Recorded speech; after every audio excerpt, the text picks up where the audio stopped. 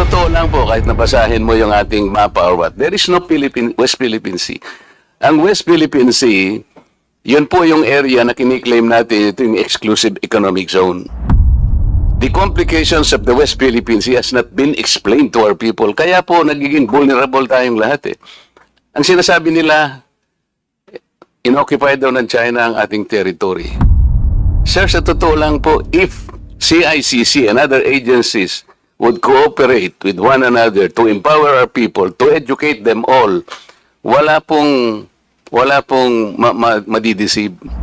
Yung issue sa West Philippines, kanina po may nasabi si Honorable Congressman Marcoleta na kailangan daw may information drive yung pong pamahalaan. Meron po. In fact, nag-attend po kami doon sa mga information session na yon kay Commodore Tariela, kung saan dinedebunk po niya yung pong mga fake news about sa West Philippine Sea. O kaso after po nun, ibabash na naman itong sa Tariela. Titirahin na naman yung mga nagde-defend sa West Philippine Sea. I'd like to address this clarification to Ms. Malu Tikia. Malu, para lang sa kaalaman ng marami, ang objective o layunin kasi nitong committee hearing na ito ay magpasa ng mga batas, no? Gaya ng nabanggit mo sa ibang bansa na kung saan ay merong mga batas, no, to protect, no, yung the people from online scams and others, no, and other illegal activities that is being done in the cyberspace. Dito sa atin sa ngayon, Malu, no, marami kasing mga vloggers, habang tayo'y naghihiring ngayon, ang komentaryo ay sinasabi nila na we do not respect that committee hearing kasi yung hearing na yan suppression ng aming freedom of speech or freedom of expression. Hindi kami naniniwala na ang layunin niyan ay para gumawa ng batas. Since you are here, I'd like to get a categorical opinion from you na ikaw ba ay naniniwala na tama lang na tayo gumawa ng batas para magkaroon ng disiplina, magkaroon ng regulatory framework ang ating bansa sa paggamit ng social media? Sir, to directly respond to Congressman Barbers, yes. Okay. For the simple reason that the decency of the space has been crossed so much. So yes. There are statements that are being issued that are slanderous or libelous, correct? And you agree with me, no? Yes, sir. Okay, so marami kasing ganyan eh. Maaring hindi nila aaminin o hindi sila informed, no, kung ano na yung kanilang limitasyon sa paggamit ng social media. Kasi yun na nga ang sinabi ko kanina, no, when you open your social media account, sometimes makikita mo may nagmumura. 'Di ba? May nagmumura. May name calling, they resort to name calling. They call politicians, they call people by other names. Na insulto nga minsan 'di ba? Meron naman dyan na nananawagan ng kaguluhan sa bansa. And these are the things that we want to check. Yan po, kaya yung mga nanonood doon ng mga vloggers na walang ginawa, kundi magmura, they've crossed the line of decency. Doon papunta sa criminal act of being libelous or slanderous. So, yun ang gusto nating linawin. And I'm glad that Professor Malu Tikia is here to agree with this committee's objective in coming up with this legislation, remedial laws or legislation that can be used by the country, and of course, people will benefit. Tama? Sir, ako lang, kasi ang legislators, you live in a glass house. So part and parcel of your public life are attacks being made. And that's normal. That's normal. But there is also such a thing as contrarian view. Kasi kung papatulan yung opinion yun eh. Ngayon, kung factual, kaya I brought up, I'm only referring to fake news peddling. yeah, Yung opinion, they can share, they can express their opinion 24 hours, 7 days a week, 365 days in a year. And no one will stop them from doing that. That's their right. yes. And we know that and we respect that right. Thank you for that. Diba? Pero, kapag you've crossed the line, created a story, created a news that is fake, and you peddled it, diba? Teka muna, may pananagutan tayo sa batas. And you know that, diba? Yes, sir. So, Yun that's na- very clear. We will not debate and argue about opinions. Yes. Because your opinion Yes. is I respect, Yes. and my opinion you should also respect. Yes. Diba? Ganun din po, this goes the same to all social media actors or bloggers, so to speak, no? Kasi, syempre, kayo nandyan sa industry yan, you control the narrative eh. Kasi kayo nandyan dyan, trabaho nyo siguro yan. Perhaps you even make money out of that, no? Especially to those who actually can monetize, no? Yung kanilang, ano ba, namo-monetize Yes, yan, sir. Malu? Oh. That's why I said I am not a blogger or a vlogger because I do not earn from it. My meta page is my personal page. And to a certain degree, you really have to be responsible for what you say or what you do. Yun lang, sir, siguro sa legislation, really you have to look for a definition on fake news.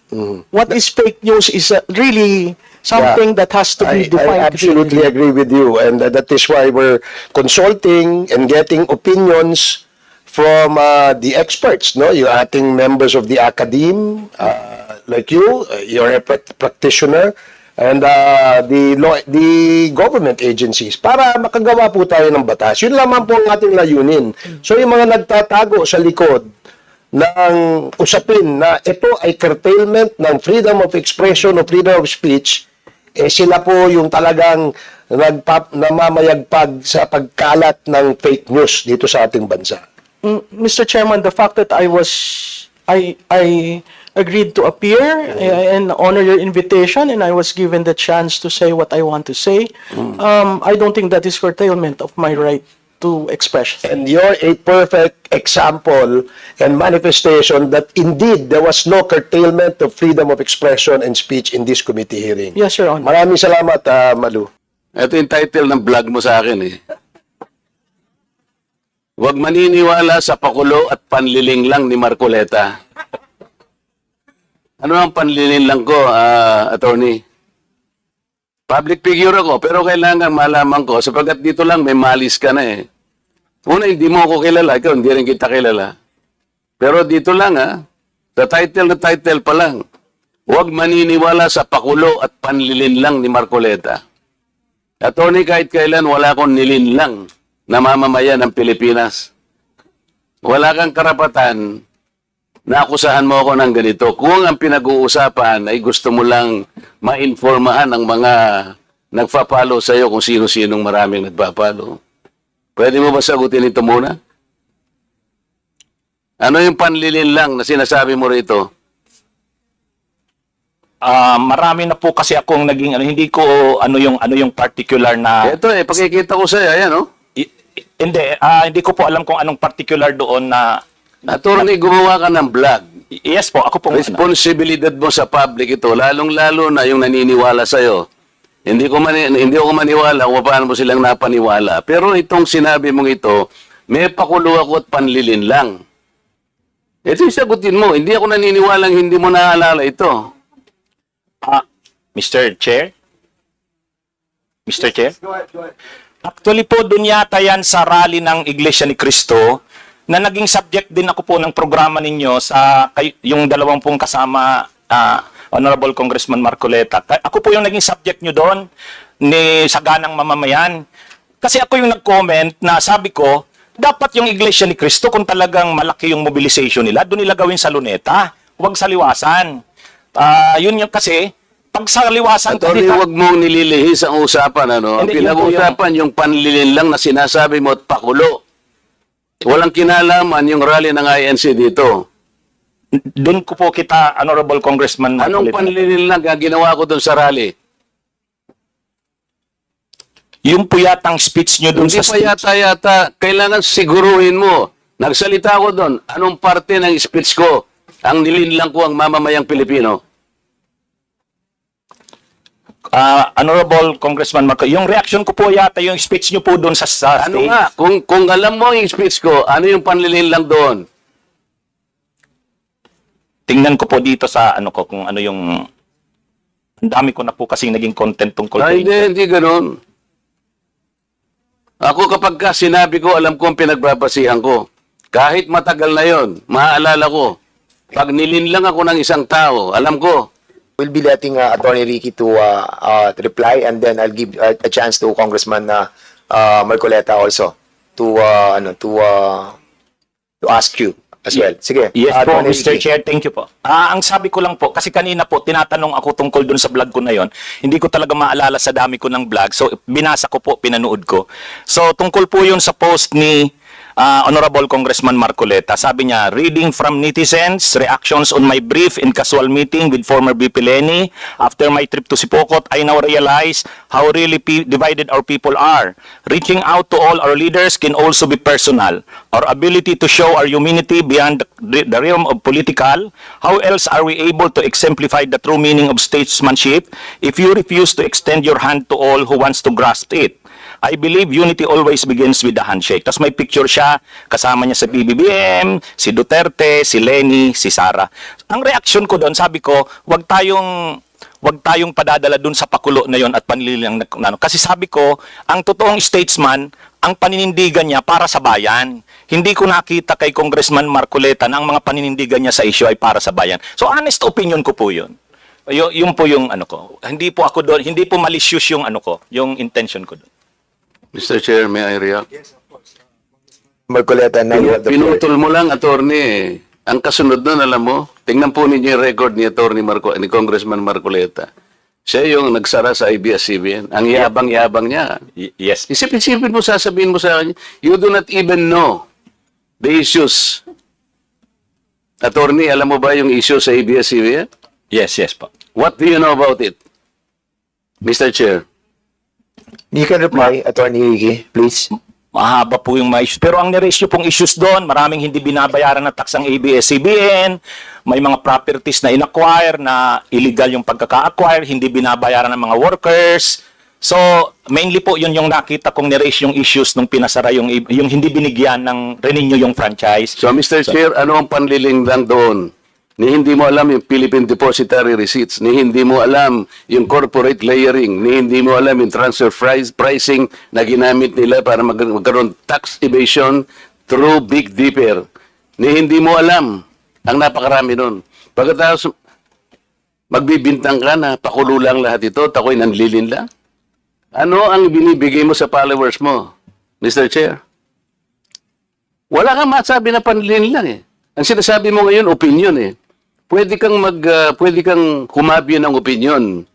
Attorney kung talagang attorney ka. Pero wag kang mag-chat na ako'y nanlin lang ng mamamayang Pilipino. Sabi ko nga, binigyan kita ng halimbawa dun sa isang babaeng vlogger na sinabi niyang tanga ako at ikinahihiya ako ng lahat ng mga members ng INC. Pinatawad ko na siya ron eh. Masakit yun pero dahil meron siyang nakitang ganun. Pero ikaw sinabi mo nanlin lang ako eh. Ngayon, sinasabi mo, may opinion ka, nanlin lang. Wala kang masabi ngayon kung ano-anong ginawa ko para manlin lang ako ng Pilipino. Hindi ka abogado eh. Hindi opinion ito. Mr. Chair? Yes, sige. Okay na po siguro. Kasi marami pa sigurong pag-usapan. Ikaw ang manlin lang. Okay. Thank you so much to both of you. We exhausted that issue and we let the both parties to say their piece. And that's the spirit of this committee, no? Para maging balanse po tayo and fair. I want him to apologize, Mr. Chair. Kung abogado ka talaga. Sorry, Mr. Chair, I won't apologize. Opinion ko yon. With that, we'll dwell to the next issue, no. Ano na muna tayo sa interpellation. Balikan na lang natin mamaya issue yan. Kung ayaw niya mag-apologize, but I think we cannot force him to say sorry about it. Mr. Chair, I move that he be cited for contempt. So there's a motion Peddling lies before this committee. So I cannot even answer simple questions kung paano ko nilinlang ang mga Pilipino. parliamentary status ng ating committee, there's a motion that was moved by Congressman Marcoleta to cite Attorney Ricky in contempt. Unfortunately, Congressman Rodante Marcoleta is not a member of any of this committee. So he cannot move any motion regarding this issue. I'm sorry, Congressman Marcoleta, because I've been informed that you are not a member of any of the committees. And according sa ating rules, hindi po pwedeng Mr. motion. Chair, may I ask my friends in this committee who are well-intentioned enough, and I think they wanted also to protect not only the reputation of this committee, but I think in the interest of truth. Ako po si Mark Gamboa. I've been a political vlogger for the last 6 years. Ako din po ay tumatakbong senador dito sa upcoming elections. Isa po sa sinusulong ko ay yung 24/7 na fake news monitoring office. So, yun. So, sa aking experience po sa 6 na taon na pagbablog, nakita ko po kung gaano ka-toxic, kung gaano ka dami po yung fake news, kung gaano po kadami yung pag-iinsulto, pagmumura. At ako po ay nalulungkot. At ako po sa aking channel, I could be critical of someone, I could be critical of a politician, pero I always try to maintain a level of respect. Ito pong sa hearing ngayon, gusto ko lang din pong sabihin, shout out lang din po sa mga DDS vloggers na 40 na hindi po nakapunta. Actually, nanonood po sila lahat ngayon at meron silang mga komentaryo, pinopost po nila sa kanilang Facebook. Meron po silang mga panibagong hirit po sa inyong lahat. So shout out po sa kanila, nanonood sila ngayon. After po siguro nito, baka ako din po, ibabash na din po nila. Kasama naman po yun. Normal na po, 6 na taon ko na pong ginagawa to. Sanay na po tayo. Minsan bati kami, minsan galit sila sa akin. Pero ito po yun kasi, dito ako nalulungkot Yung mga kaibigan ko po yung marami sa mga inimbitahan nyo. Kasi inihiwalay ko yung aming trabaho sa pagbablog at yung aming personal na pagkakaibigan. Pero ang problema ko po kasi sa ginagawa po nila, sa style po nila, ay ito po ay a form of bullying pambubuli. 6 na taon na po nilang ginagawa, 9 na taon na po nilang ginagawa po ito. 'Di ba? Kapag merong hindi nag-agree sa opinion nila, kapag merong taliwas, kapag merong bumabatikos, o yung kunyari yung quadcom na ginagawa nyo po na ang daming nabubunyag na mga kalokohan o illegal na ginagawa nung panahon ni dating Pangulong Duterte, ay attack mode na po sila. At doon na po pumapasok yung kanilang pagiging bastos, yung kanilang pag-iinsulto, mga below the belt na tira, mga personal na tira, at nakakalungkot po na umaabot po sa ganun. So ako po ay fully respect yung pong freedom of speech nung aking mga kasamang vlogger at ako din po mismo ang unang lalaban para sa kanilang freedom of speech kahit anong political affiliation. Ako po ay concerned lamang po sa ilang mga bagay. Una po, mas concern ko yung mga pages at yung mga accounts na wala pong muka. Kasi po at least yung mga vloggers na wala dito, pag nagsasalita sila, kita yung mukha nila. So, kung accountable sila doon sa sinabi nila. Marami din po yung mga pages, katulad po nung Amp Satire at ng mga iba pang mga YouTube accounts na wala pong mukha. Kaya po, kung mambalahura at kung tumira po, ay sobrang grabe, sobrang below the belt. Kasi po, walang accountability, walang transparency, hindi natin alam kung sino yung nagpo-post, kaya po ang tapang nila. Buti nga po nagkaroon ng ganitong hearing para po magkaalaman.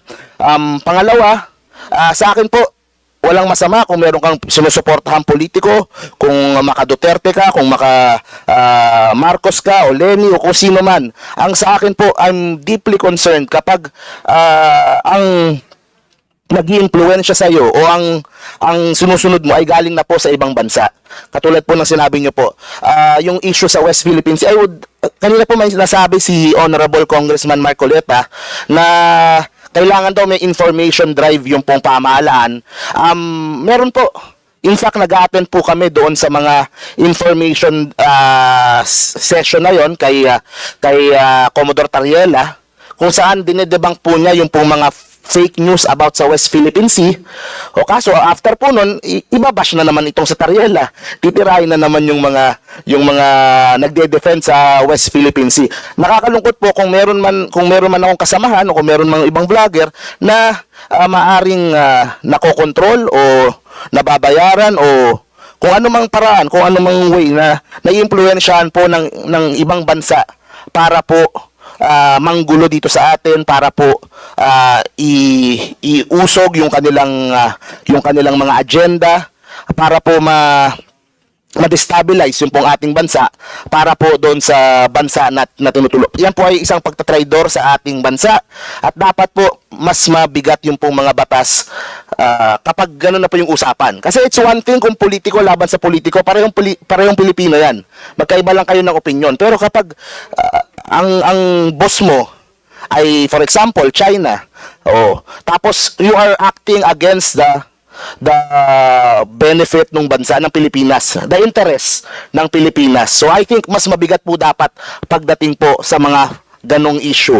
And ayun, lastly po, of course din, may mga moves din po sa social media na maaring parte din ng destabilisasyon na para po pahinain yung administrasyon kung meron mang gusto mag-destabilize o may gusto silang pahinain o gusto nilang tanggalin sa pwesto si Pangulong Bongbong Marcos. So yun po ay sa akin dapat din pong tignan din po at hanapan po ng paraan kung paano po mami-minimize o mapagbabawal po without curtailing naman po yung pong freedom of speech na meron po ang bawat isa. Yun lang po your Mr. Chair. Thank you. Well, totoo yung sinabi mo, no? Ito na, ngayon ko lang nakita sa TikTok, ano, na yan, kudos to all our brave vloggers. The best ang decision nyo na magtungo sa Supreme Court and better to file a case against Quadcom. So, ibig sabihin po, mali pa, Tricom po to, hindi po to Quadcom. So, ibig sabihin na, yung pagpunta sa Supreme Court, we respect that. But, of course, this is a different matter. This is an inquiry in aid of legislation. At meron na po tayong may decision na po ang Supreme Court about it. So sana respetuhin din po sana yung yung ating pong patawag, and to these people, no, kay Mark, kay Malu, and kay Attorney Ricky, salamat po sa pagpunta po niyo dito. At we would like to present two cases just to express challenges of the law enforcement agencies when it comes to enforcing the law, specifically on disinformation, malinformation, etc. No? We would like to present the case of the Pulburon, which is where napatunayan na naman po, nagkaroon na po ng forensics ang NBI, ang PNP, the DICT already spoke on it, CICC, the center also spoke, Vera Files, and the other private parties already said with finality that that was a deepfake. The deepfake was first presented in a rally in the United States. Seemingly, a face of the president was swapped to a person inhaling a white substance in that particular video. Next slide. So, in this particular incident, sinabi na po, like I mentioned earlier, maliwanag po na this is a deep fake which was intended to malign the president and the current leadership. It is a manipulated video featuring the president. And we already issued, all government agencies were one in issuing a clarification that this was false and this was deep fake. I will discuss more about that, sir, but I would like to highlight a second case. Yung second case naman po, next slide, bago ko po i-discuss yung two cases. This one is, and I'm sorry, Mr. Chair, for presenting this, but this is already in social media po in TikTok. A particular person under the handle of AMP Satire had been producing deepfakes But this time, it is different. This time, inaamin po niya na deepfake yung pinoproduce niya at meron po siyang kolatilya na sinasabi niya yung kaniyang pinipresent is for political satire. Sinasabi niya na these are all satirical and these are all political opinions. So yung isa po, hindi niya inamin, sinasabi, yung baliktad po, yung Pulveron case, sinasabi nila na totoo yun. Ito naman pong si AMP Satire, almost every day nagpo-produce sa TikTok, sinasabi niya, this is satire. And that this is for fun. Yun nga lang po, obviously, ang tinatarget po niya, nandiyan po si number 1 in our constitutional hierarchy, the President, and then followed by the number 4 in our constitutional hierarchy, the Speaker of the House of Representatives, and some other personalities involved. Next slide. So mga targets yan, talagang they are being hired to malign the persons of those political personalities. To be honest, Mr. Chair, we do not have specific information yet, but we are willing to share results of investigation of our efforts to track down the entire machinery being used, which is on the next slide, Mr. Chair. All right, sige, go ahead. Wala lang, Mr. Chair. Nag-react kasi nakita ko yung picture ko eh. So, kaya I reacted. My apologies, Mr. Chair. Sige, pero kung meron na kayong makukuhang mga sources dyan, maganda for us. Sige, go ahead. So, Mr. Chair, first I would like to seek the apology of the committee because no charges until now have been filed with case to the Pulveron, pero meron kaming map out of the personalities that engage in kung sino yung anchor. Ang tawag namin doon anchor eh. Yung parang source, tapos ini-spread nila systematically using a case of hashtags. So you have the information about that? But we would like to request sana, sir, kasi wala pa namang official case na we are ready to present this sana in executive session to congressmen. Your Honor. Surely we have to have an executive session on that matter. This entails national security. Okay, Congressman Barbers. Mr. Chairman, just clarification kay Yusek Jeff, no? Ang ibig mong sabihin, identified nyo kung saan nag-originate yung video. Sir, yung originate, hindi po, how would I say it, may suspect po kami sino yung anchor, kung saan sinishare, similar to the academic discussions earlier made by the academe, usually meron siyang anchor, and then, po pwedeng because naniniwala ka lang, hindi ka naman paid, pero kung papaano dinidisseminate. So meron po siyang With the indulgence of Congressman Ace Barbers, kasi itong information na to, very critical as well. Kasi sa atin, okay lang yung personal natin eh. Yung personal natin, we can talk about it eh.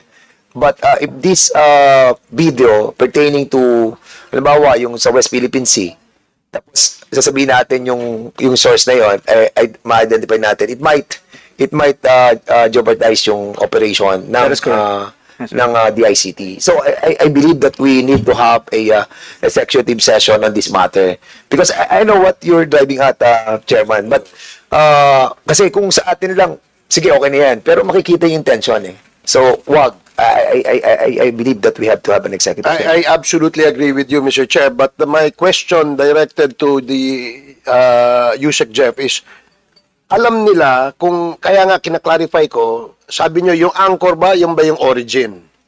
Hindi.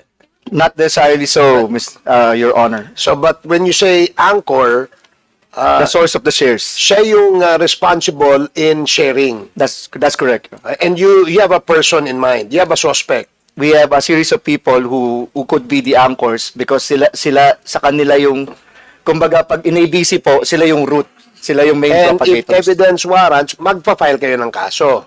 If the case, May we know ano yung kasong ipa-file nyo? sir, that's, if meron nga po kaming question, we will present that po, Your Honor, because we're Okay, discussing thank that. you, Mr. Chair. Thank you, Yusek.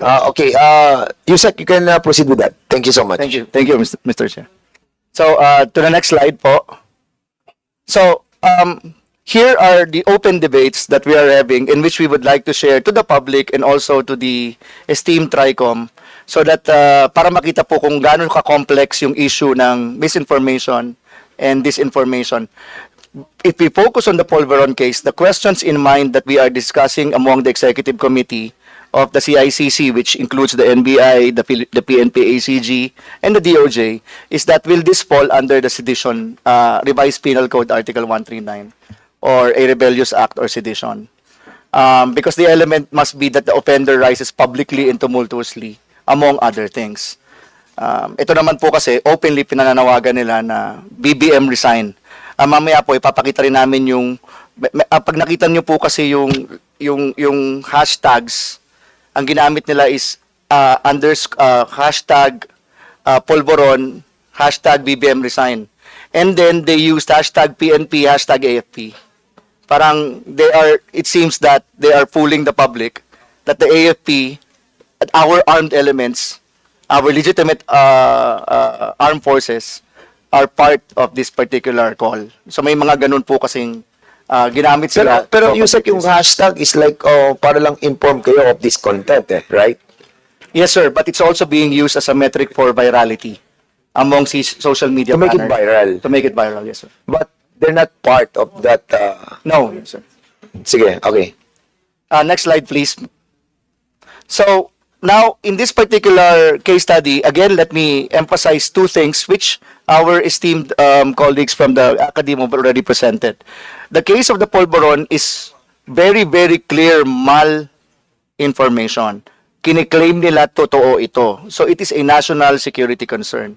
In the case of AMP Satire, it was self-identified, pero tinatago pa rin po niya yung kanyang yung kanyang true identity. So, mga questions namin ngayon, does it fall under sedition law? Can sedition case be filed in the case of Polvoron case?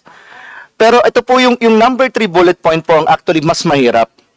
Usually, the information being requested on the actual people behind handles, like in the case of AMP Satire or in the case of other, kasi hindi po totoong identity minsan yung pinapost nila sa Facebook, nahihirapan po kaming mag-acquire. Kasi we need to issue a cyber warrant, and I think the law enforcement agencies would be more would be more authoritative to enlighten that matter. Pero usually po kasi for the case of cyber libel, pag magpa-file po ng MLAT, which is mutually legal assistance treaty, sasabihin ng US, for example, but libel is not a criminal offense in our jurisdiction, ergo wala, you cannot compel us to produce that information. Just to give you an example, Your Honor. So, next slide. Dahil sa kanila, sa states, it's civil. Civil case po ang libel. And it was committed in the United In the States. United States, yes. And that's the reason why it's hard for us to... One of the reasons why we're having some Yeah, difficulties. correct. Your Honor. But talking about you were talking about the subpoena power. Yes, sir. Papunta ba kayo doon? Yes, sir. Yes, sir. Okay, good. Yes, sir. Sa PINAPAW. So, here, I would like to gusto lang po namin ipakita sa public and sa members ng Congress kung ano po yung similar laws, pero on a more practical note. Kanina kasi diniscuss ng academy yung ibang laws, but more on a, on more academic note. Ito practical lang po. How do other countries treat cyber warrants? Sa atin po kasi pareho tayo ng US, which is the first row, mag-a-apply ka sa court. But there are some other countries na ina-allow nila, for example, yung prosecution or competent police authorities to issue a limited power to subpoena information. And that's where we're coming from. For example, Russia has that. Singapore has a limited power on that. And also the United Kingdom. Next slide po. Now, in terms of retention, nagiging problema rin po kasi from a law enforcement perspective yung retention. Sometimes, magpa-file ng kaso 8 months down the road kasi doon lang naging available yung warrants and yung information that we need. Pero burado na. I understand that the social media networks, I hope nga they are here, sa kanilang servers which is located elsewhere in the world but not in the Philippines, I'm sure they have that data. Because they also have data retention policies with other countries.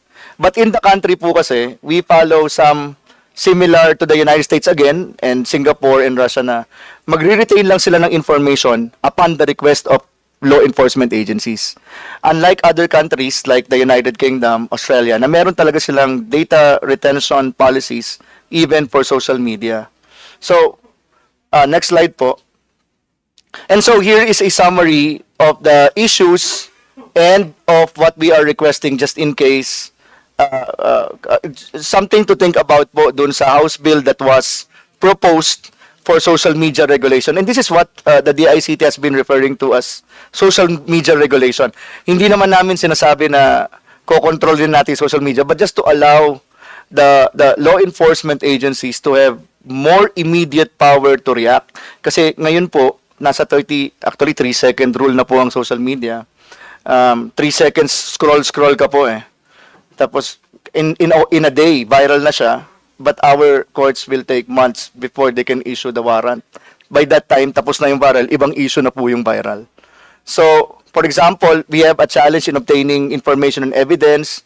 Sinabi ko na po yung sa jurisdictional issue, if the crime or the alleged crime was committed outside of the Philippines and they don't treat it as a crime, we have a difficulty obtaining information.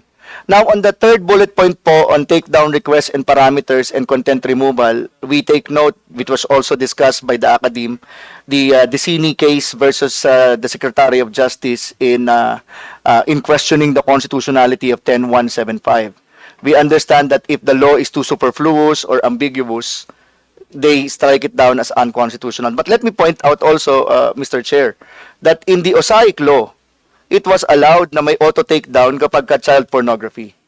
So I think if we craft a law that will allow a auto takedown but with specific parameters so as not to curtail freedom of expression in the interest of national security, then we can then I think that could be allowed, no? So an answer to the Decini versus Secretary of Justice when they question the You're talking about the automatic takedown on the part of the platforms. Yes po. Actually, yung ano po kasi 10175, if I remember, the original provision was Section 5, grants the power to the Secretary of Justice to issue a takedown order on any website or platform if there is evidence that there was a criminal intent doon po sa post. Yun po yung na-strike down ng Supreme Court. The Supreme Court. Section 12 ba? I'm sorry, I'm not sure about the section, sir, but there is a section there. NTC was telling me section 19 now, sir. So yun yung next strike down, but I think, as I mentioned, yung sa OSAIC law kasi inallow ng Supreme Court, basta child pornography. So with the proper parameters. And that's the reason why we invited also the platforms. Unfortunately, sa ating briefing, andun yung TikTok, yung ByteDance, but now they are not here. So we will be inviting them over again. And now we will be also observing the proper procedure on how to tackle those invitees who are not present on today's hearing.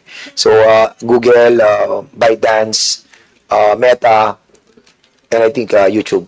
So later on, I'll be asking the members also to have a motion. Sige, go ahead, proceed please. And Mr. Chair and esteemed members of the TRICOM, we also propose that there be a data retention policy where the law enforcement can ask for data just in case a case is to be filed in the future date. So, yung po kasi isa sa mga nagiging problems natin. In the case of Polvoron, na-take down na nga yata yung mga posts.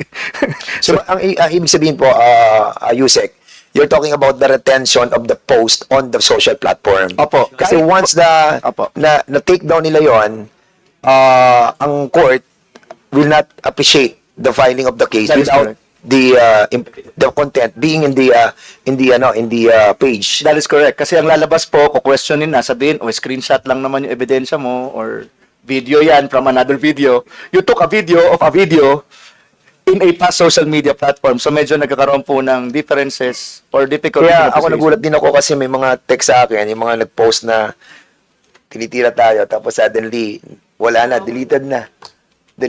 So meaning kasi na nagkakaroon na sila ng siguro natatakot din po sila because of the action being taken by this Congress. And we need to tell our people that the government is doing their job. Fortunately, the privileged speeches, ikaw lang pala.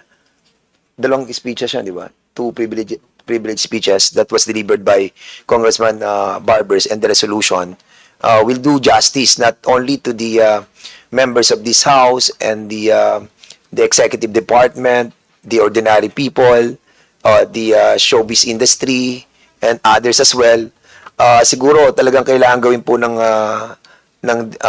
CICC, Cybercrime Investigation Coordinating Center, yung trabaho. Kasi ang worry ko po dyan yung sa subpoena power. Like for example, yung how can you subpoena those who have violated yung mga offensive contents? Sir, thank you for that question, Mr. Chair. So, in our presentation, we did mention that walang subpoena powers ang CICC, wala rin ang PNP-ACG. Ang nagsasubpoena po, NBI, but actually, wala rin yatang force of... Pero Walang contempt powers ang NBI, sir. we have discussed that yesterday in the briefing eh. Yes, sir. Okay, yung CICC walang subpoena power. Yung CICC that was created under 10175. Correct. It is just a coordinating center. Correct. But the CIDG or the PNP, which is part of the coordinating center, and the NBI have a subpoena power. Wala rin po. Iba-iwan. Sir, CIDG? Andiyan si General Torre ata, andyan? Sir, umalis na po, sir. Umalis na si General Torre. So, di ba ang CIDG you have a subpoena power? Yes, sir, we have, but it is exclusively for cases handled by CIDG. Cases exclusively handled. Yes, sir, handled by CIDG. What do you mean by exclusively handled? If this case were investigated and subsequently filed by CIDG, then we can issue subpoena. No. Being a part of the coordinating center, being a part of the cybercrime investigation coordinating center, that will be exclusively a part of the PNP because you are a member of the coordinating center. And that's the reason why you were put in the 10175. Precisely, you have the power to subpoena those people. Kaya it is the responsibility of the CIDG having a subpoena power to issue it to those who have violated the illegal content. Di ba? Yes, actually, sir, Even it the is the NBI. yes, sir, it is the chief PNP who has the subpoena power, sir. Huh? No, the CIDG have the subpoena power. That is vested on your directorate. Di ba?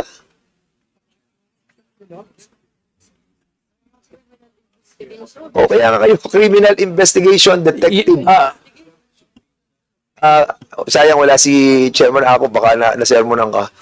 No, sir. The chief PNP, sir, is the member, sir, of the CICC. And he has also subpoena power, sir. Yes, I know that. But the problem is in the creation of the CICC, siyempre, this is being headed by the ICT. Di ba? And then, ang vice chairperson is the NBI. Member, ang chief PNP. Well, kung titignan mo yung caliber of leveling of the positions, medyo nasa member lang si chief PNP. And that's the reason why we are asking the CIDG to fill in the gaps na kayo pumasok. Hindi mo ipasok si chief PNP dun sa pagiging member ng CICC. Hindi aatin dyan. Yes, sir. If it involves investigation conducted by the CICC and the CID is part of this investigation, then we can issue You will be subpoena, a sir. part of the Yes. investigation. Why? Because you are a member of the coordinating center. Kaya nga coordinating center, and the reason why we have a hearing like this, because we wanted to put that CICC as an agency in the amendment that we will be filing. Kailangan na tayo magkaroon ng sariling agency. Hindi lamang po siya coordinating center. We will have a power of an agency to issue subpoena as well. So for the meantime, that we don't have like that agency as just yet, I think the CIDG and the NBI should be coordinating talaga doon sa CICC para may ngipin po talaga tayo. I think yun na naging Yusek Jeff, yun na naging balakid po ninyo. Am I correct? Well, hindi naman siguro balakid, sir, kasi palagi naman kami nag-uusap. Marami rin namang nahuli na si Yusek Ramos, but nag-focus lang, sir, in the past scams. So mga IMSI catchers, scammers. So you're right, sir. We borrow the powers. So we coordinate with the law enforcement agency. Sorry for the quote, but seemingly to borrow their powers so that they can, similar to how the PAOK operates po, no? So, kasama ang PNP, kasama Kasi yung most especially now that nakita po naman natin that there are issues in the West Philippine Sea. Yung have you seen the post of ni Army Chief natin na nasisira yung kanilang fight sa West Philippine Sea because of the fake mga that's national security. Di ba? And if I may read, may read, basahin ko lang po.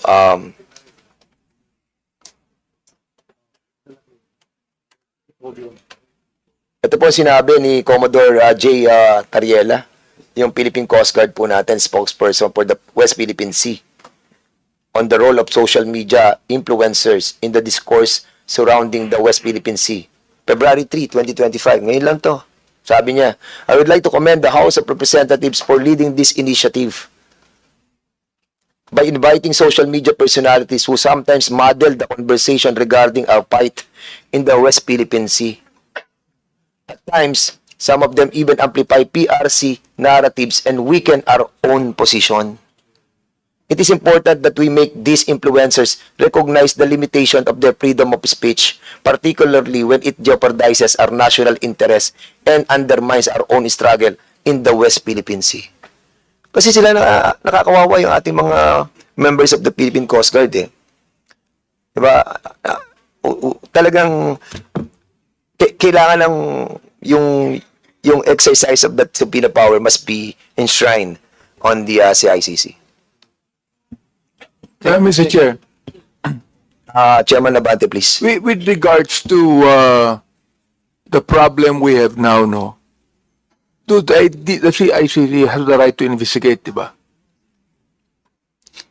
Motu proprio investigation. Pwede ba yun? Even though na walang complainant.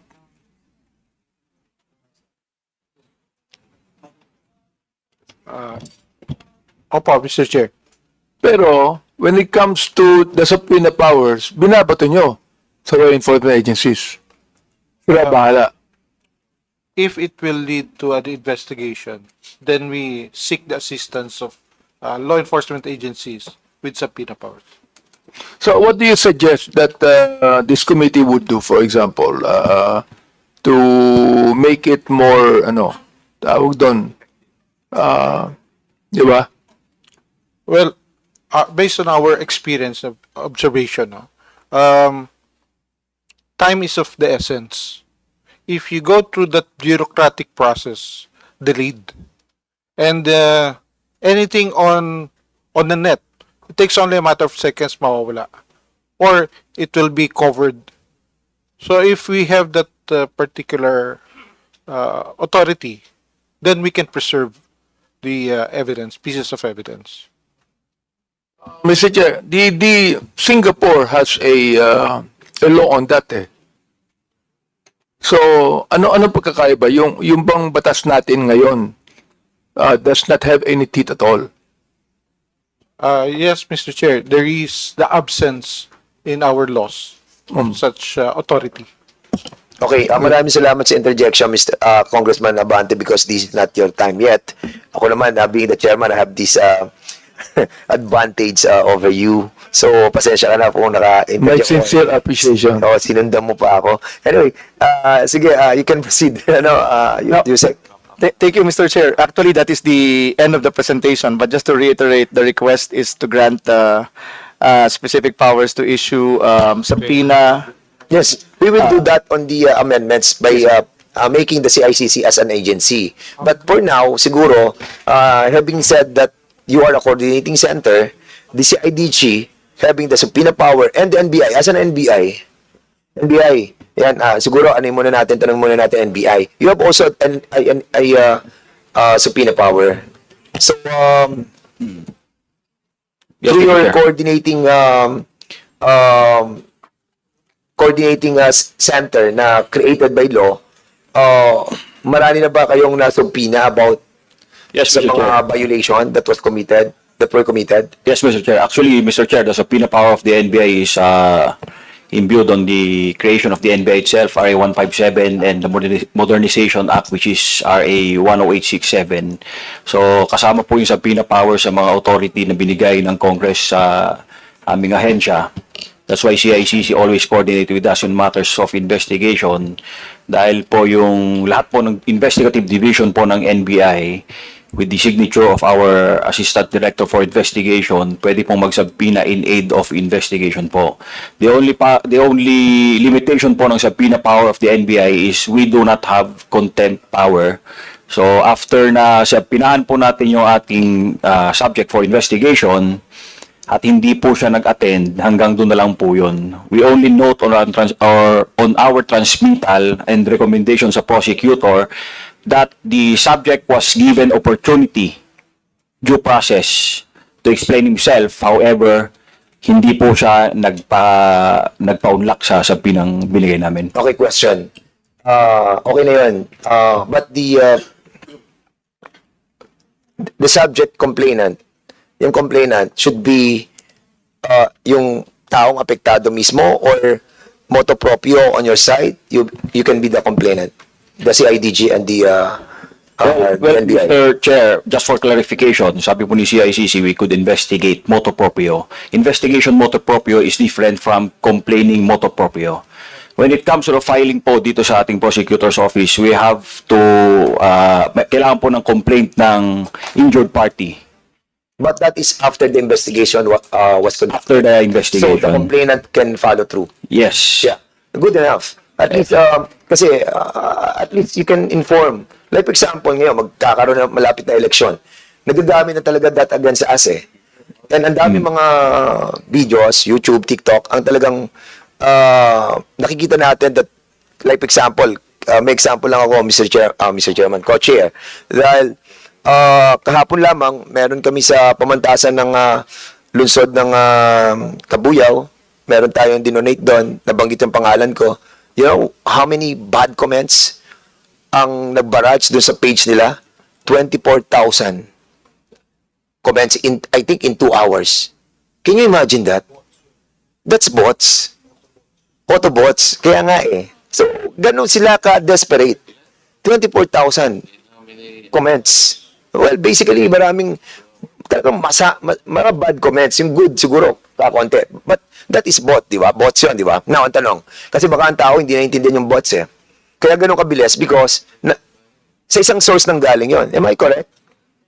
On this analysis? You said? Yes, sir. So, kasi kami na nasa Quadcom, nasa Tricom ngayon, for sure, maraming aabotin tayong mga ganito.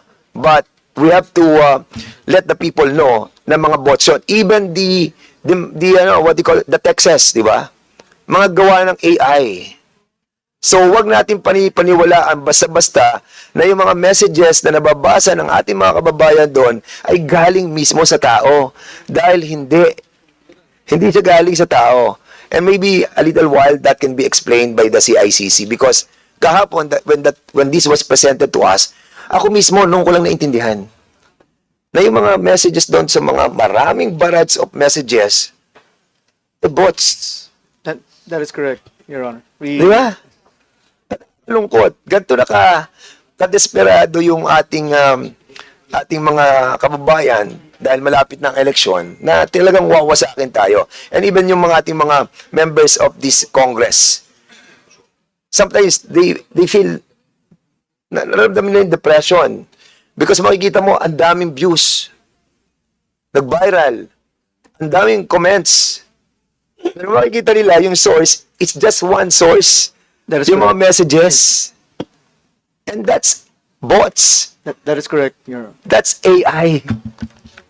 Kaya, we need to have a tool that will help the people to understand what is deep fakes and what is bots. Saan nang galing yung source. And that is your responsibility on our constituent, on our people to give us these tools para ma-appreciate namin ang truthfulness and falseness of one content and the views and the messages that are being put in the pages of the different citizen of this country. Yun naman kasi lahat eh. Pag may kalaman ka sa negosyo, yung restaurant mo, tirahin lang ng bots, dilugi ka na. Pero madami naniniwala, manipulative nga eh, katulad ng sinabi nila ng ating mga akademe, minamanipulate nila yung mga trolls para mag-side dun sa narrative nila na yung restaurant na yan, masama ang pagkain dyan. Huwag kayo dyan kumain. Para sa amin, masama yung politikong yan. Dahil ito yan, pinasok ng mga bots at ng mga AI. Sige, Yusek, tapos ka na po, no? Yes, So, yes, Your Honor. pupunta po tayo sa CICC. Siguro yung presentation po ninyo because yung sa tinatawag natin deepfakes, how can the people recognize that this is deepfakes? Kasi meron kayong pinakita sa amin about kila Tom Cruise, kila, ano yan? Dan Fernandez. hindi ako kasama. Meron ako deepfakes eh. Meron din eh. So, paano natin ma-inform yung tao? Oh, Mang Pedro, yung pinapanood mo is a deep fake yan. So, paano? Go ahead, sir. Thank you, Mr. Chair. Well, with our presentation, technical presentation yesterday, I think there's no need to repeat this content, but we will go to the meat of the presentation natin. What is the resolve of the government to address this issue of fake and deepfakes, fake news and deepfakes? So, what is important here is that we have presented that in the past year we've been studying it, and we have found a solution that will enable not only the government but including our citizenry to have that power to discern the content. So I think we should present the tool that we want to disseminate. Okay, our objective is empower the public, empower the citizenry to have the capacity to determine what is fake and what is real. And we believe with the introduction of this solution, we can even the field, or we can educate the public how to defend themselves from being fooled by these propagators of false content. Marco, can we present that? Kindly disregard our presentation already. We'll go straight to the tool.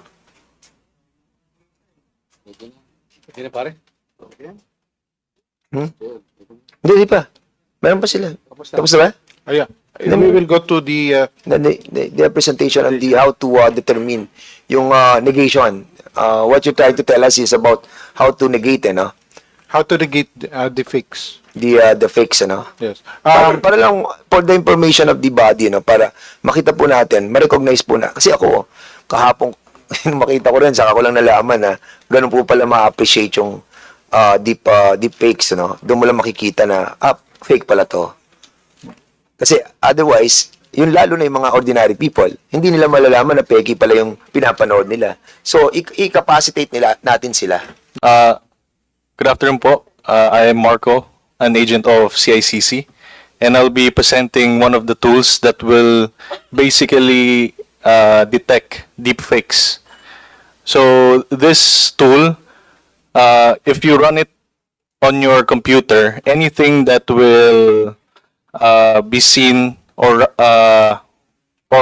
you've watched on the computer, say for example, a YouTube video, Facebook video, a video from X, this tool will be able to detect it. So I will be quickly doing a demo of this tool.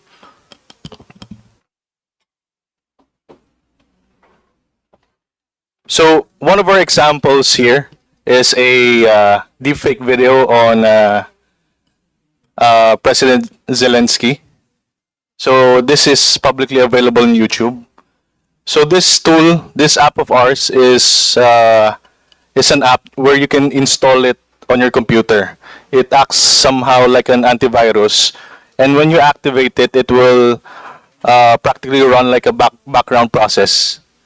So if I run it now, as you can see here in the lower right, if I run it now and play the video,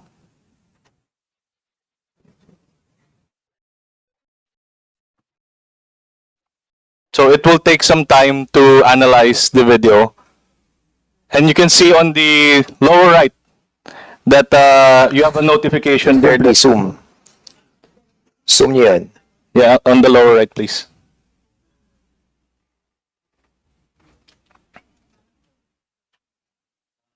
Yung color red sa baba kasi yun ang nagde-determine kung fake or not. Ito. Yung nasa lower right, is that an application that you have to put on your computer or on Yes, your cell phone? For now, it's you have to download it in your computer, Mr. Chair. Anong app yung ida-download mo? It's a tool called Deepfake Agent. It is, Sige, sir. Mr. Chair, this is the tool that we have recently acquired, licensed software, which we intend to disseminate to the different watchdogs, to the civil society members who have a large following, so that madali report How about the members of this committee? Kasi kami wala na naman kaming capacity to find out kung lumabas nga yung pulburon eh. Minsan nako-confuse ka. What more yung right. others? So mabibigyan din po kami ng ganyang Well, Mr. Chair, the more the merrier, no? Okay. Because we will have a community-based fact checker. Hindi na siya controlled. These are independent fact checkers na who will only report to us. How will you do that?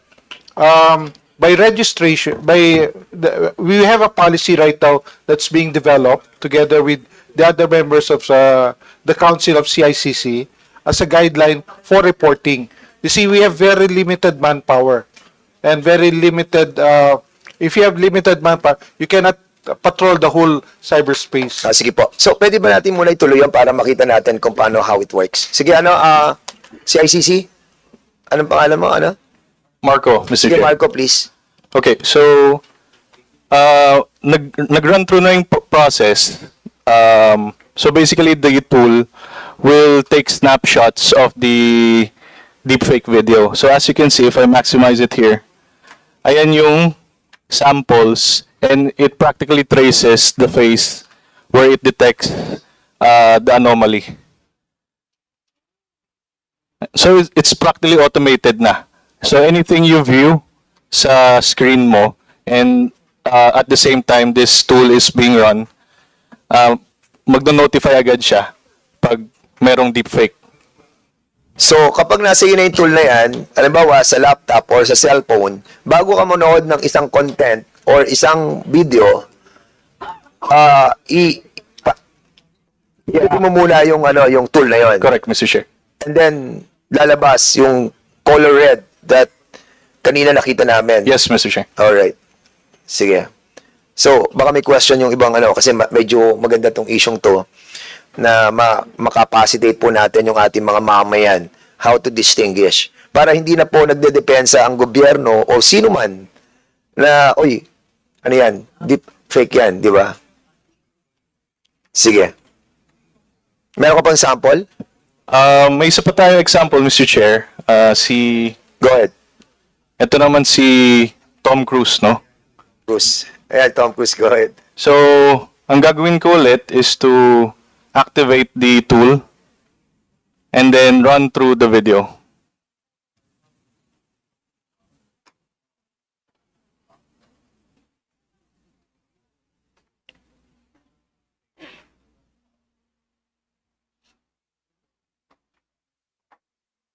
So it will take some time for it to detect.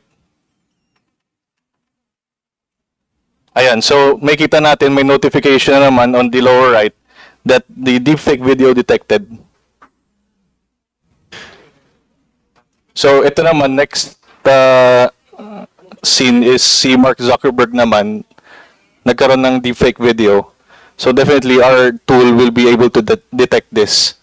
So the tool will run for 30 seconds lang, and then after that, i-show na niya yung results nung mga nakita niya. Pwede ba i-download yung, ano yan, yung tool na yan? Or mag-originate yan sa inyo, sa DICT? Mr. Chair, we purchased the license. So you cannot just download it on your, because you have to pay kung may sa apps. Right now, it's not a freeware, no? So, maybe we can make certain representations to the developer to make it more affordable, especially for Filipinos. But right now, since we have the immediate concern of addressing deepfakes and empowering the public, kami nauna na kaming nag-purchase. Several And at you're- least 500 licenses. And you're giving it for free. We're giving out for free. Para, of course, law enforcement partners will have a copy. Civil society and leading civil society groups will be provided PPCRV, sila NAMFREL. Ito yung mga organized groups na. Kasi sa kanila nagtatanong, sa kanila tumatakbo yung kanilang members.